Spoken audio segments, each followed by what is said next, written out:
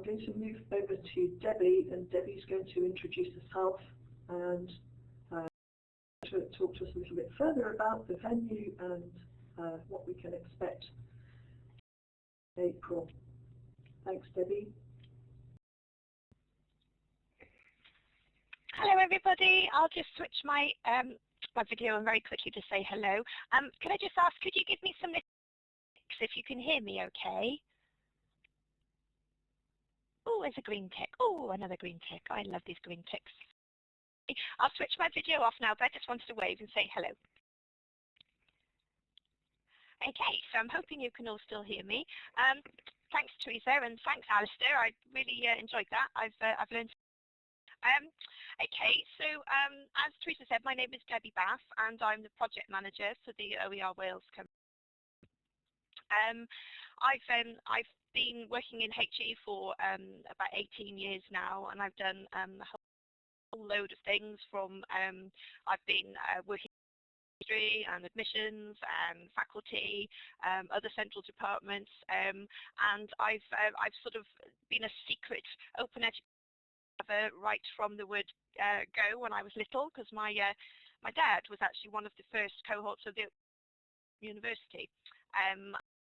You know, the ethos of the Open University has kind of stuck with me, really. I also study with them, and not so long back. So yes, I'm a bit of an open education girl at heart. So I'm just going to get on and tell you a bit more about, if I can get the slides to go on. Hang on. Oh, thank you. Is somebody doing that for me? Thank you, Teresa. Okay. Okay. I don't know why I just had a bit of a fright. There you go. See, we're doing this as part of Open Education Week. With apologies for double counting on the slides. Alastair's had some lovely slides, and I think I've got more or less the same as him on a couple of slides, but I shall whiz through those quickly. And obviously, to do my own personal view, I've kind of just done this very quick slide on here just to say the kind of different hats that I'm wearing. Obviously, my project is the OER Wales Cymru project, which is sort of hosting the OER15 along with the alt, and I attended OER14 last year and helped to help write Clive Mulholland's the keynote handover speech from and then I became a member of the alt SIG, which Alastair was talking about earlier, and my job description with the Cymru, there was a little right at the bottom. In fact, it was on the back page, which said help to organise OER15. So I anyway, but yes, I kind of cannot get away with it. I'm also lucky enough that some of my abstracts were accepted, so I will be presenting at OER15 as well. And that's a little shot with my lovely friends at work. Bought me some cakes for my my birthday last year. So yes, cake is definitely a theme. Open education. So just moving on, this is we have some great people working with us on the committee, and this is one of the posters that this team have designed, and that gives you a quick summary of the flavour of OER15. And if I just click onto the next slide, personal view, as I said, I'm just going to very quickly go through lots of the different aspects that, as I see it, in terms of a quick the organisation of the conference and the kind of various networking activities that are going on. A little bit about what I'm presenting on, and I've put at the bottom. Now I'm going to keep that one right to the end because that's a bit of a secret set of OER15 goodies. So just to, if you're interested in, I am a bit of a self-confessed badge addict. Okay, so in terms of the conference itself, as Alastair said, there are lots and lots of, we actually 7, I counted them specially, and they're from all over the world really. We've got some really good guys helping us out on the committee. We've got the 6 themes that Alastair mentioned. We will be doing 111 and there are 4 keynotes. Obviously, Alastair's mentioned the keynotes that Cable Green, Josie Fraser. We also have Sheila McNeil, and we also have Tim Weller in a sort of buy one get one free, because he as well as doing our keynote for us, bless him. So there are parallel sessions, and you can see kind of flavour of all the different sessions on the program, and I will put up some links right at the end of the slide so that you can actually and obviously it's been quite a mammoth to organise all the different sessions and moving people around so that I'm not asking them to be in sort of 2 or 3 places at once, which I did at one point. That's been a real learning curve for me. And obviously I've only put lightning talks on there. It seems to have dropped off somewhere, but we have some lightning talks going on. Lightning, yes. I think I might have spelt that wrong, actually.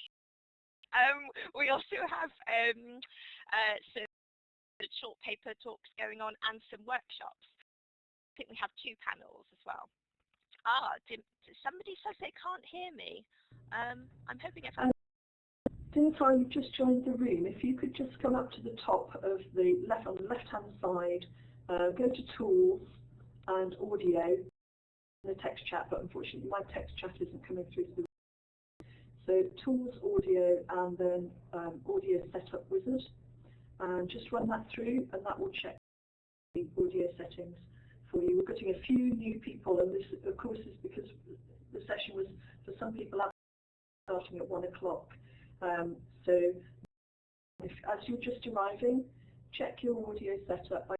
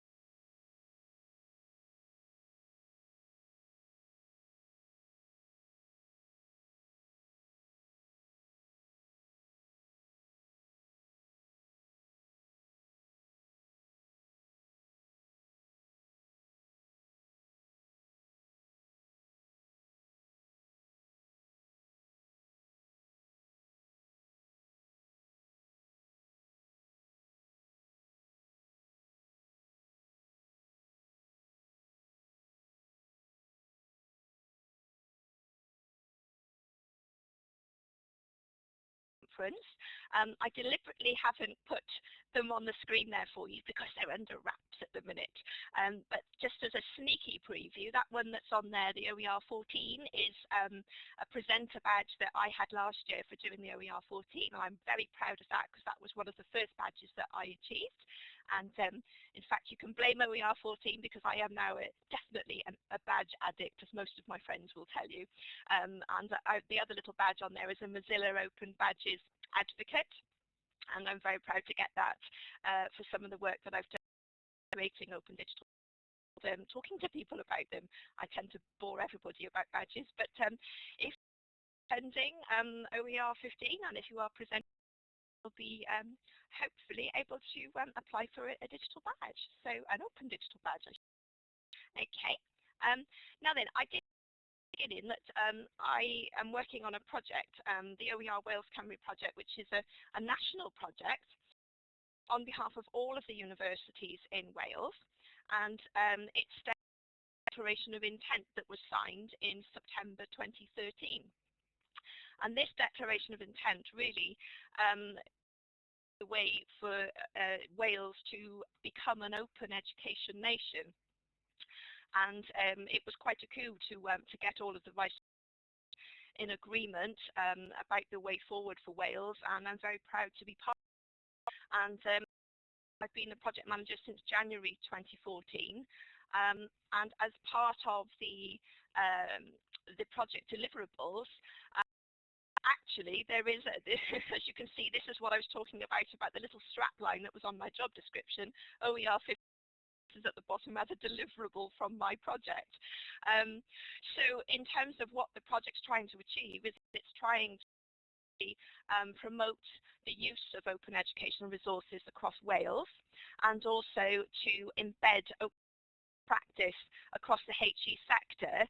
That's the kind of the official sort of aim of the project. I like to think that it's wide as well, because in my eyes, the wider and you can get things, the better it will be.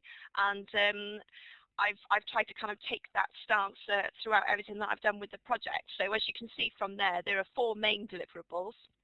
The first one is a portal. The second one is a SMOOC. Now that's a short massive open online course. I'm sure everybody knows that, but just to let you know. And the whole idea the student survival guide SMOOC, which is more of a guide to help students prepare for university. I'll like that later. I'm trying to keep it short because obviously I wasn't sure how much to talk about the project, but I think it's quite useful to give a of what's happening in Wales and why this conference is so important to us. The project deliverable that I haven't mentioned is the Champions Network. We will have a champion, at least one champion from every university in Wales, and anybody that's in the network actually. And the idea being that they would help to embed open educational practice within their own institution, form, I suppose, a community of practice really. So that's another thing. I'll just show you the OER Wales Cymru website. Again, I will put all the links at the end of this talk.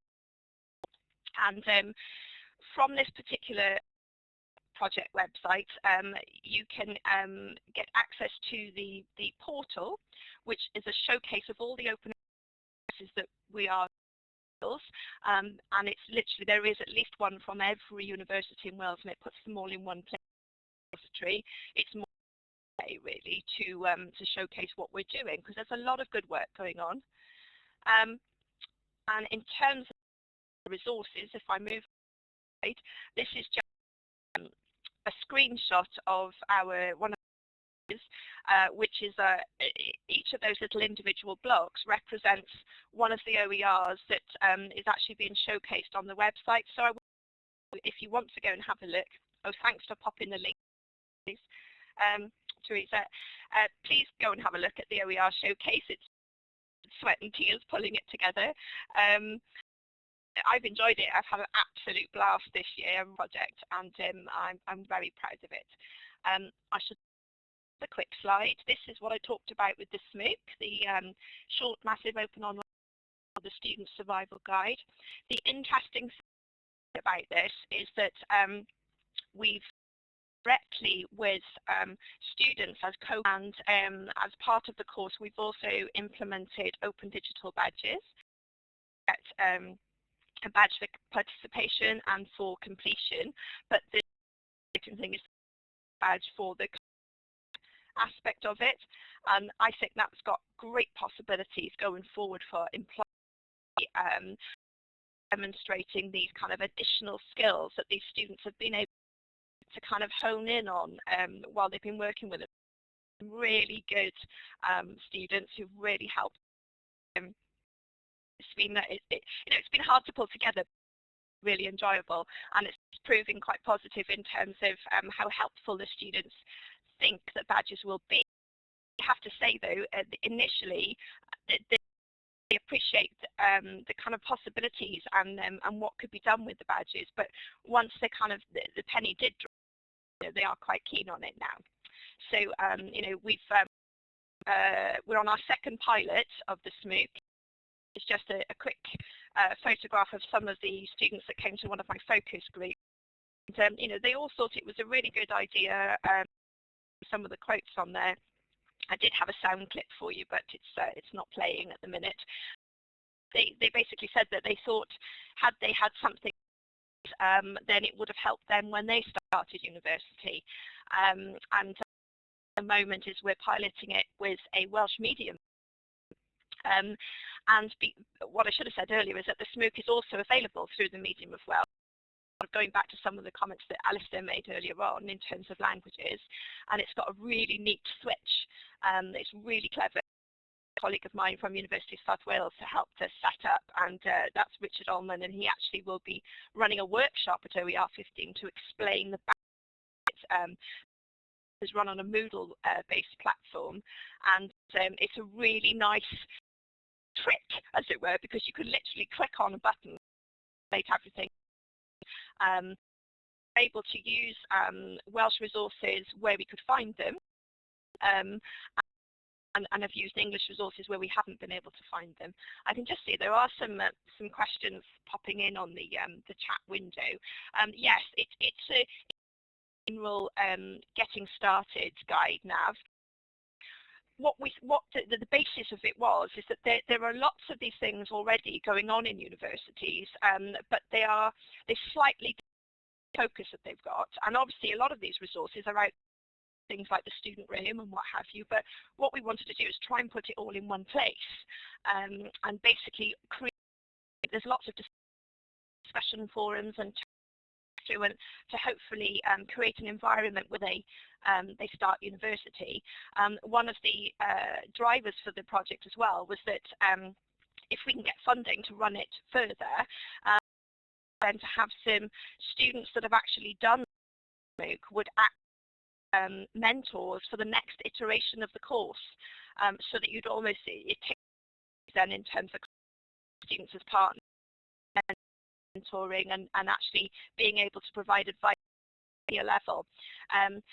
There's another MOOC that's run by the University of East Anglia on FutureLearn, which concentrates on skills that students need. But this one is literally the life skills that students to be aware of and to develop before they start university. Hopefully we will begin to see knock-on effects on retention and what have you. So yeah, that's what we're doing for that. So I hope that answers your question, Nav. Right, just these are just a quick snapshot of these open digital badges that students can obtain as big. As I said, they can get a participation one, they can for actually completing the course, and the little green one on the end. It's the Student Survival SMOOC Co-Creator badge. It's one that I think has really got potential going forward. And we have, in our focus groups, we've talked to students about possible different areas of potential for different versions of the SMOOC for perhaps different cohorts of students, to see how we could develop there. So yes, I think that's got legs really. Okay, just moving on again. This is a network that I talked about earlier. This is how we're hoping to embed open educational practice into Wales, and the lovely mugshot to 49 now, which is great.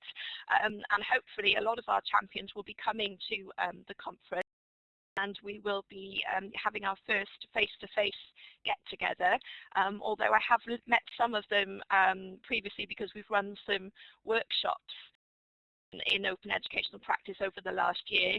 I've probably met most of them now actually, but they're a really good bunch of people, and I'm sure anyone that's in the open education is by their nature so giving and so supportive that it's been a real asset to these guys on board.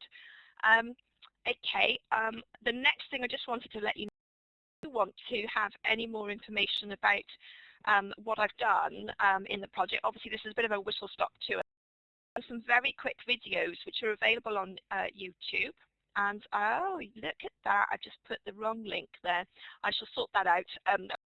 It's not the link to the project video update, that's actually a link to the conference. So I could lie, I meant to do that, liminally get it into the ether. There are these two. One gives you a brief overview of the project and what we've done in a bit more detail than I've given now. And the other one, a bit more information on the student survival SMOOC, and it shows the areas that the SMOOC covers, things like what to bring with you when you arrive, and what to do, what does the hall of residence look like, and do I need to join all of the clubs and societies, and what do I do about money and all that kind of thing. So if you want a bit more information on that, please have a look at those video links. I do apologise, made. I'm going to do, excuse me, I'm going to do another version of them, but I did want to get something done quickly, so that's earlier. So I hope it does answer some questions for you.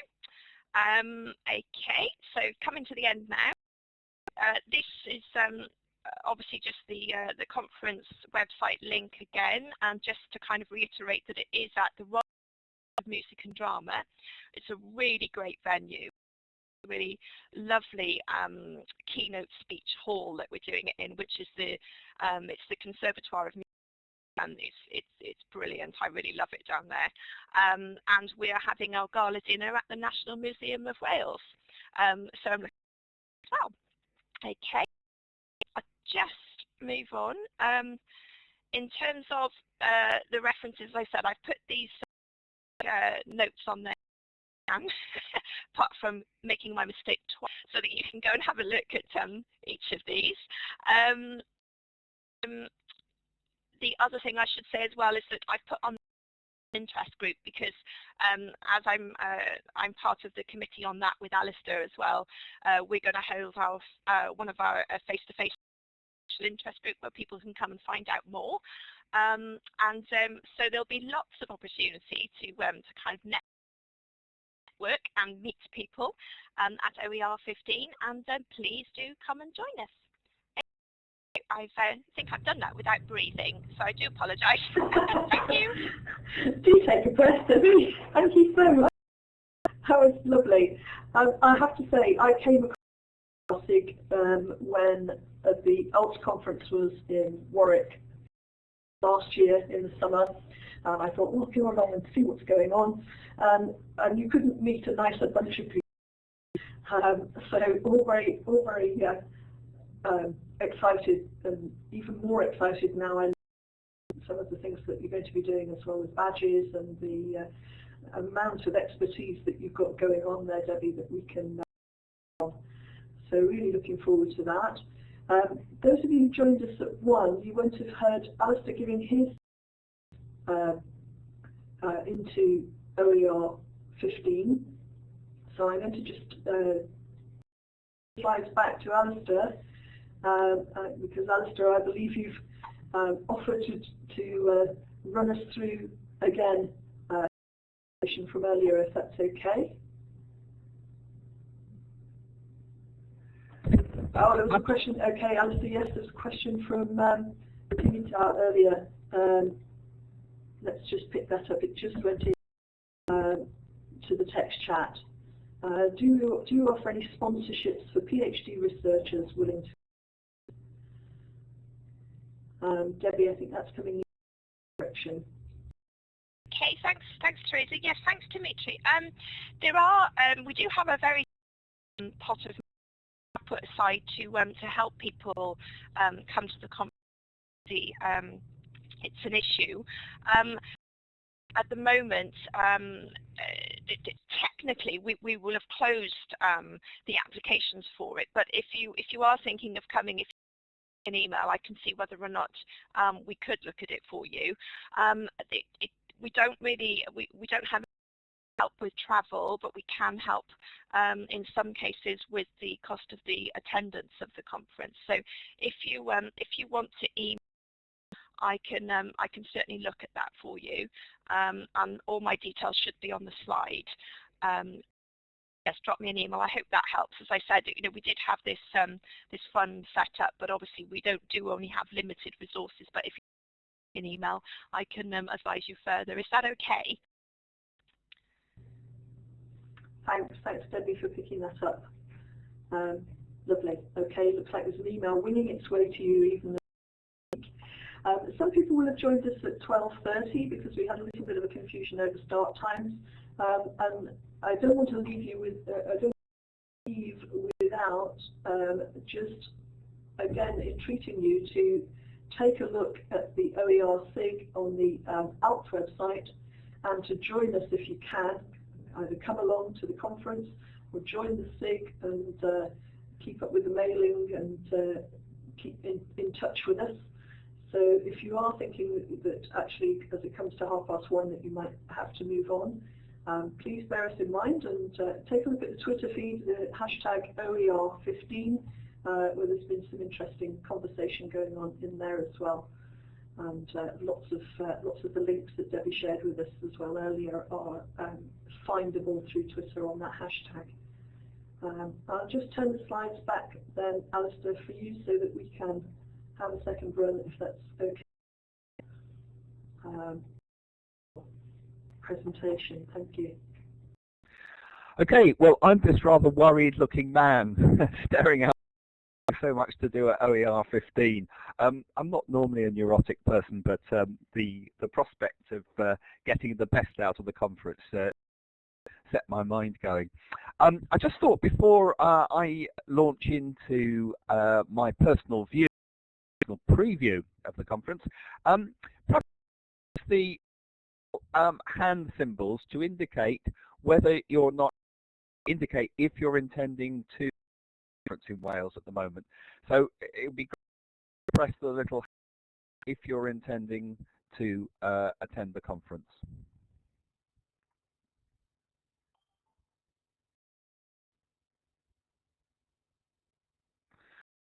You're probably interested in it, but maybe not intending to come, and I probably should have used the green tick button rather than the hand. I'm sorry about that. So this is personal view. Debbie's given you hers from her perspective, based in Wales, and very practical organisation of the conference.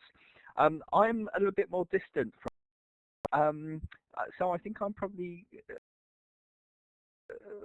possibly closer to a punter, maybe. My name is Alastair Clark. I've worked in adult education mainly, but I've also worked in schools and in higher ed. I've got an interest in education as well. I'm a senior research fellow at the National Institute for Adult Continuing Education. I've done some work on a master's course teaching, 21st century teaching. I teach French on a Monday night, and I'm famous for my typos, and you'll see one of them at least as we go through. Okay, it's probably dreadfully corny, but I've made a habit of forthcoming open education events from the thought of my open canoe. So once again, these thoughts come after a delightful paddle along the Derwent Valley in Derbyshire, near where I live. By the way, boats are called open canoes to distinguish them from kayaks with decks. They're amazingly, can be paddled or poled by one or two people. They can be joined up with another boat to make a catamaran, and you can easily add things like sails.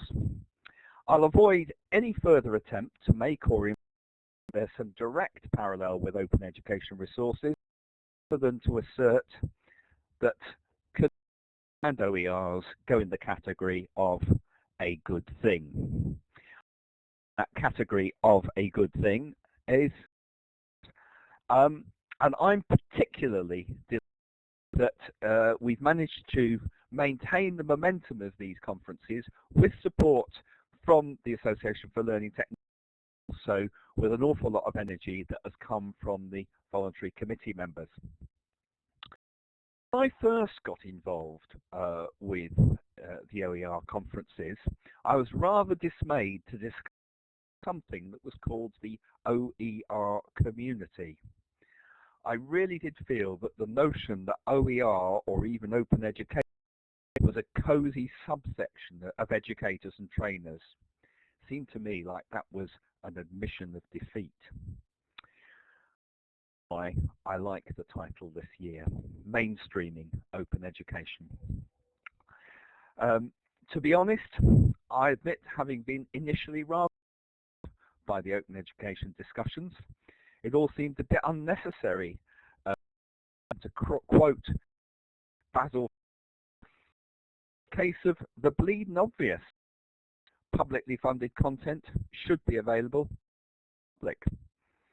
However, the more I've talked to institutions and individuals, I find that it is a very obvious and normal part of professional life for some, but for others, foreign language. And the the debate continue to roll. The whole thing is patchily understood.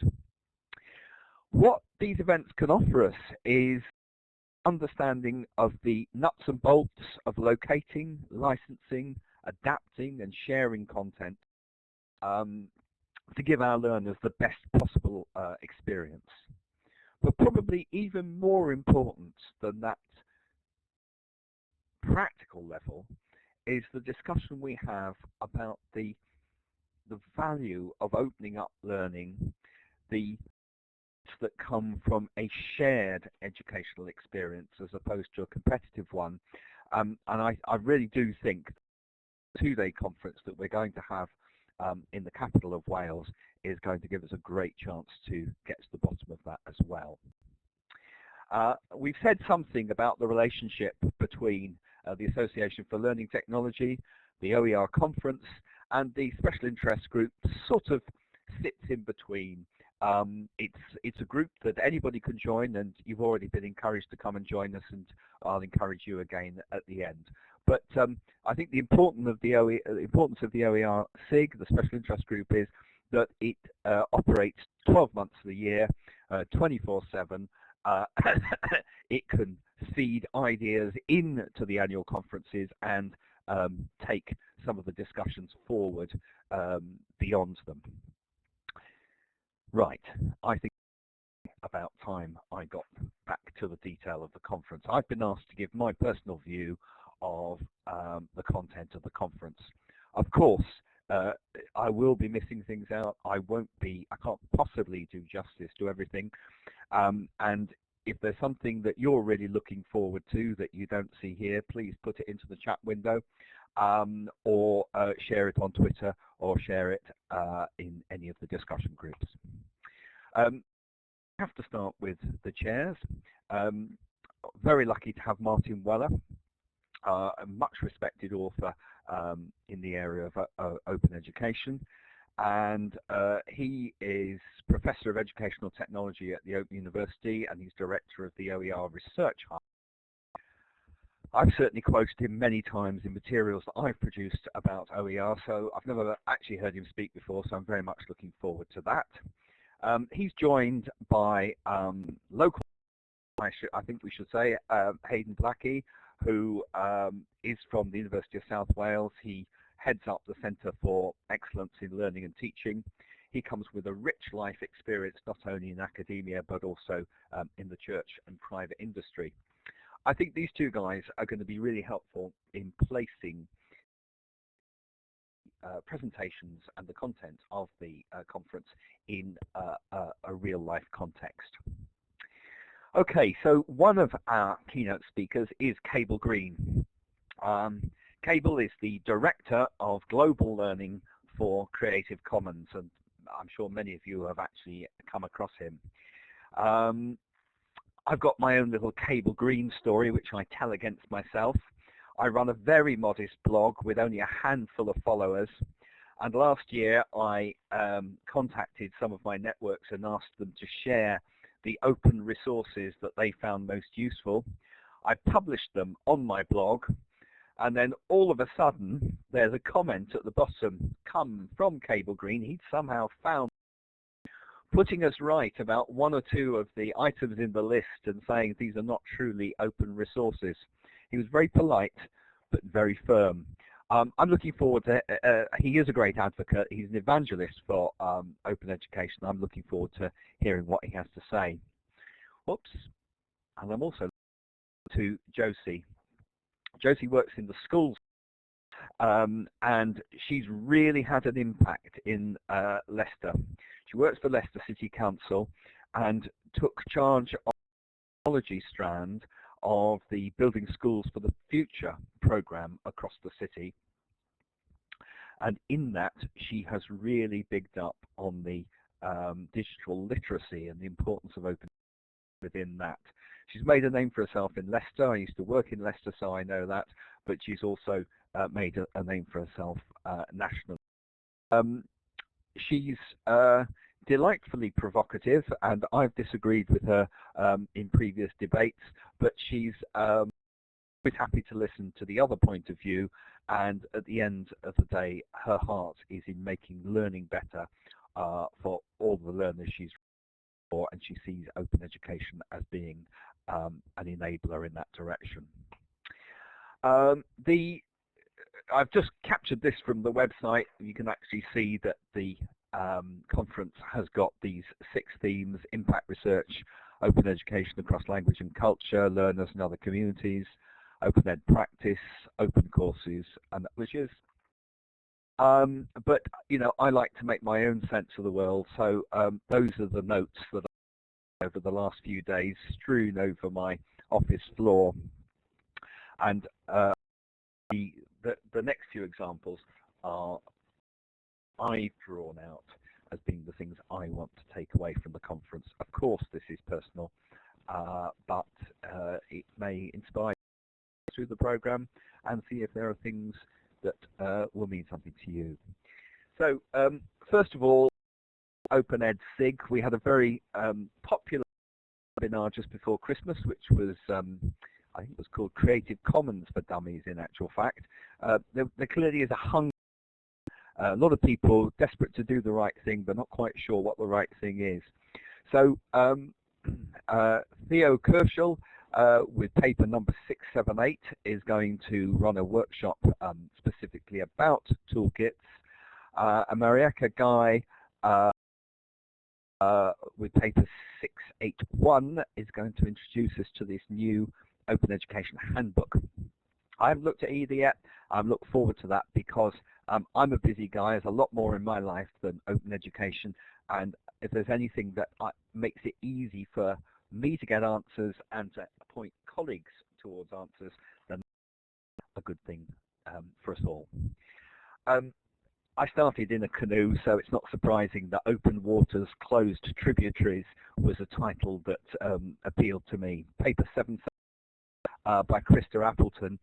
This promises to be a very interactive workshop, and Krista is going to pick the relationship between formal and informal learning. I think if there's one thing that open education does, is it actually breaks down those barriers by giving access to all sorts of materials to learners. But how does that actually work? Well, I shall be there, front seat, for Krista's presentation there. But I'm also going to go from Catherine Cronin, paper to non-formal learning, but a different approach. Catherine will speak at the ALT conference in Warwick. I know that her approach to education is much more than an interest in, much more than just an interest in materials. She really does have the open culture within which education takes place. I'm just seeing that Theo's turned up. Nice to see you. We've just talked about you, Theo. Your ears must have been burning. Right, community educators finding the light bulb moments. I'm not a very modest person. To say that a big part of the event, from my point of view, will be the paper that I present on the Wednesday afternoons, paper 776.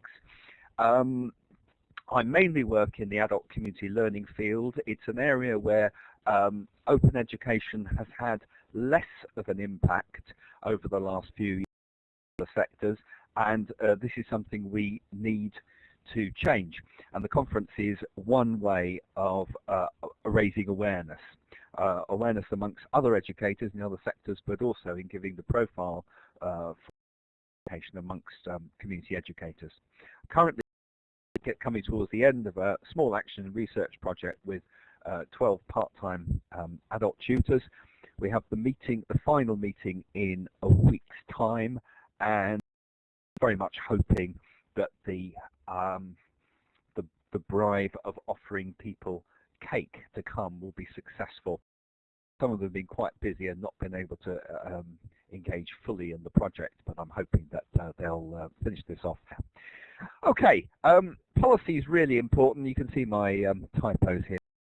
Paul's name wrong. Sorry, Paul. It's the second S that shouldn't be there, really. That's the one we need to get rid of.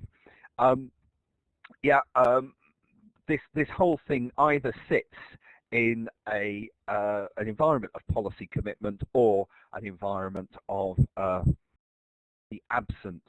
And when policy is absent, as I'm finding to my great concern, practitioners just very often feel that open ed may not be for them, and they certainly, even if they think it is for them, they don't know what they're allowed to do and how they should behave.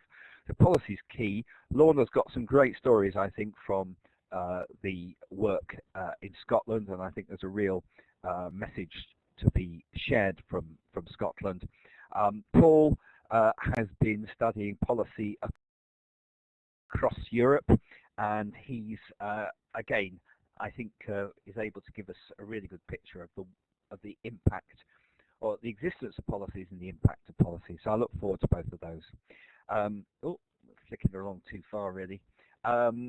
You couldn't really go to a country like Wales with its own proud language without that language actually playing an important part within the conference. And I think that's actually been an encouragement for other practitioners using less frequently used languages on the international stage to come along. So we have a Dutch walk around London as an open education resource that is going to be showcased, and we have some stories from Poland, a country which really did embrace open ed in a big way a few years back. And I look forward to improving my own Welsh conference. Still with the language theme, Teresa, who's our chair for today, is going to be offering a session on the use of video as an open education resource in language teaching. Very powerful, very important, and I shall certainly be stealing some ideas, if not some clips from her, for my own language teaching. Now, this guy, Göran Mertz, he invited me just over 2 years ago to a bar camp in Bremen, rainy September weekend in an empty university campus, and we just had one room, and there were about 30 people who turned up. And I at the time said, well, this is just about all the people in the whole of Germany who know what an open educational resource is, and we're something. That might have been a bit of an exaggeration, but it certainly was a very small beginning. It's grown, and through his work and the work of others, they've had some very large events in Berlin with several hundred people turning up. And I think Göran would admit that Germany was a country which probably came rather later than others to the party, but they've got a story to tell about how they got where they are now. Okay, I love these maps, don't you, with all these pins in saying where everybody's going to come from. And that's just one of the rich parts of any international conference. Will be people coming from other continents, as well as other parts of Europe and from all the UK. I look forward to meeting some of these red, green and yellow pins and learning of the practice, use of OER throughout the world. So that's going to be an important part of it all for me. After it's all happened, I won't go canoeing, I'll go for a walk, all settle, because these events always leave your head spinning with all sorts of ideas and thoughts, and then I shall come back and post some messages to the Open Education Special Interest Group. This has been a personal view of the conference. It would be great to see some of you coming along, or at least following the action of the conference via Twitter and through the Open Education group and the discussions there. I think you've heard enough from me, so thank you very much for listening. Thank you, Alastair, and thanks to both Alastair and Debbie. I know a lot more about what's happening than I did before, and that's probably largely my own fault for not spending more time looking at the websites. But it's so helpful talked through to you by people, especially people who have a really personal insight and who you can connect with, because somehow it just gets us there more quickly and gets us more aware of what's going on and infuses us to join in. I thank you both very much for two very informative and also exciting presentations that are great for April, when hopefully the weather is going to be just as beautiful as it is today in Warwick. I have no idea how it is, but the sun is shining, and I'm sure we'll have a nice sunny Wales when we arrive in April. That will be lovely.